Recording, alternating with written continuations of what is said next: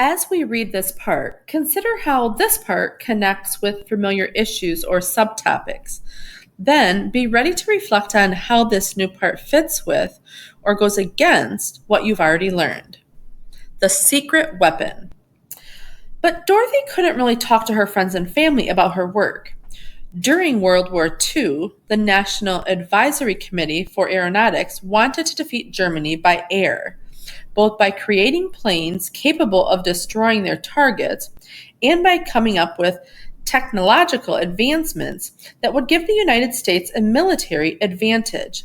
The Langley Laboratory was one of the United States' most powerful weapons, a secret weapon hidden in plain sight in a small Southern Virginia town. While the performance of the Mustang airplanes fighting overseas was a topic of front-page news, the daily work of the West computers and the others in the lab was considered sensitive and even secret. Bosses told their employees to stay on the lookout for spies disguised as soldiers or people who might try to get valuable information from laboratory employees. AirScoop, the newspaper for the NACA, sounded the alarm. You tell it to someone who repeats it to someone, so someone you know may die. The Langley employees took the warning to heart. Even if they had wanted to talk about their work, they would have found it difficult to find someone outside the lab who would understand what they were talking about. Off campus, people around town often found the Langley employees a bit peculiar. They had strange accents from other parts of the country. Many of them wore rumpled shirts with no ties, and some wore sandals or sported beards. Locals called them brainbusters or NACA nuts.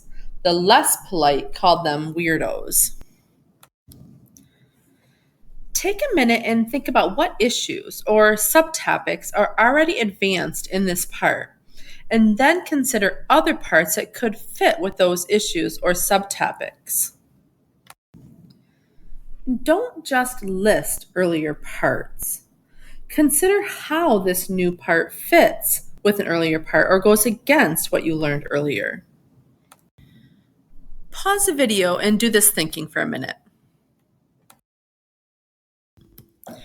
Readers, what's tricky is to really consider the new information, to ask, does this fit with what I was thinking? Not sort of, but a lot? Or does it add on to something I was thinking? Or does it mean I have to change my thinking? Will you listen as I try this? Once I've identified some issues or subtopics this part addresses, World War II, the Langley Laboratory, women in science and math, then I think about earlier parts that address those same subtopics. One that jumps out to me right away is a cafeteria scene where some Langley Laboratory employees kept putting up the colored computer sign each day. These two scenes definitely fit together because they both reveal something about the Langley employees. Then comes the important work. I've got to consider whether this new part fits exactly with what I've read before, adds some new insight, or changes what I thought. It seems like this part kind of fits what we read before, right? It's further evidence of how isolated the West computers felt. Isolated at work and in the community.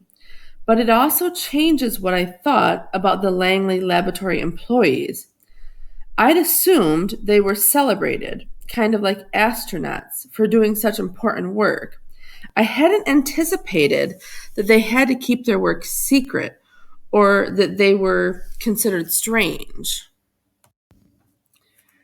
Readers, let me teach you about one more thing that pays off whenever you're trying to consider how a part of the text fits with the whole text. It can help to consider why the author included a part, what the rationale was, and why it's been included exactly where it is. Will you try that for a minute with these first two parts? Margot Lee Shetterly could have written about anyone, anything, but instead she made the deliberate decision to focus on the Tuskegee Airmen and then the Langley employees.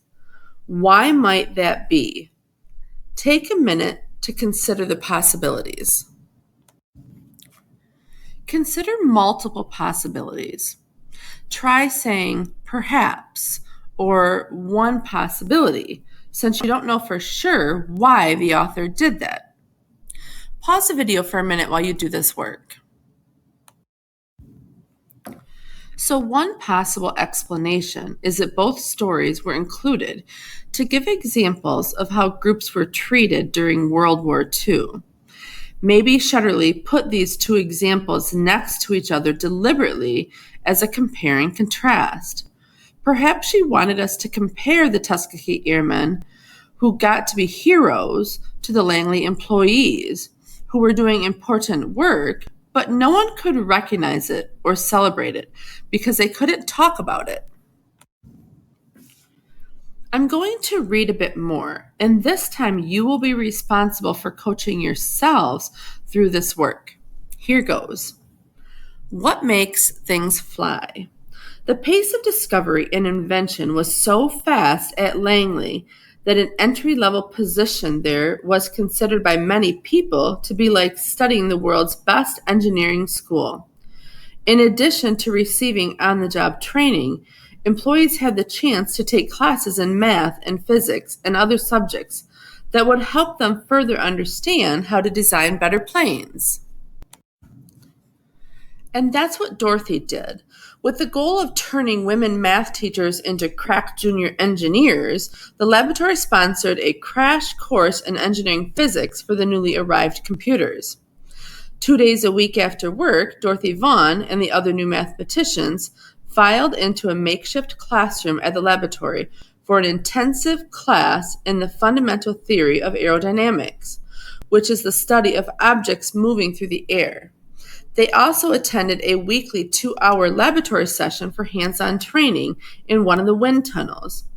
And they had an average of 4 hours of homework on top of their 6-day work week. What makes things fly? Dorothy asked herself all day long at her new job. She had never flown on a plane or had never before given much thought to that question. The first course she took at Langley taught her the basics of aerodynamics. She learned that when a wing moves through the air gets cut into 2 parts. There is a slower moving airflow on the bottom of the wing and a faster moving airflow at the top. This creates 2 different pressures, and it's the difference in pressure that creates lift, the almost magical force that causes the wing and the plane attached to it to rise into the sky. Readers, you know what to do.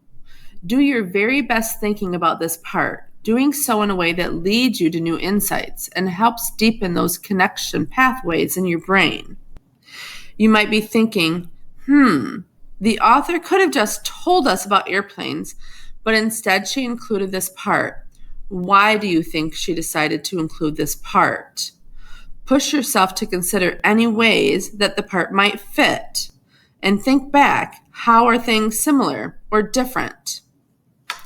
Pause the video so you can do this work, and make sure you jot some of your thinking in your notes.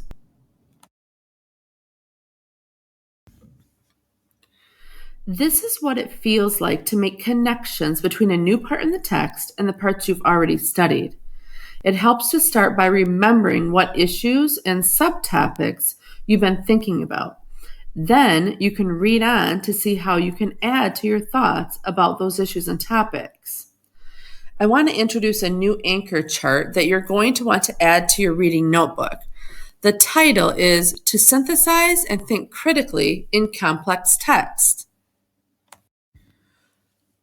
The strategy that we're going to add first today is to expect that parts that seem not to connect actually do connect, and work to build connections. And these 4 questions can help you do that work. What has already come up in the text? What big ideas, issues, and themes? How might this part connect to another part or topic that has already been introduced? Does this part fit with, add to, or contradict ideas that were developed earlier? And why is this part here at this point in the text? Note-taking is a great tool to help you with this. Like your brain, your notes are a kind of connectome. If you're continuing to read a book you've already started, will you take a quick tour of your notes so far so you can recall what issues and topics are important in your book? Then you have some choices. You could write these on a post-it to keep in your book as you read on, or you could do as we did at the beginning of class, making a quick list so you have it in your notebook. Or you could just highlight the parts of your notes that already get at these big ideas. If you're ready to start a new book, grab it and then make a plan for how you'll take notes. Go ahead and pause the video for a minute and do this work.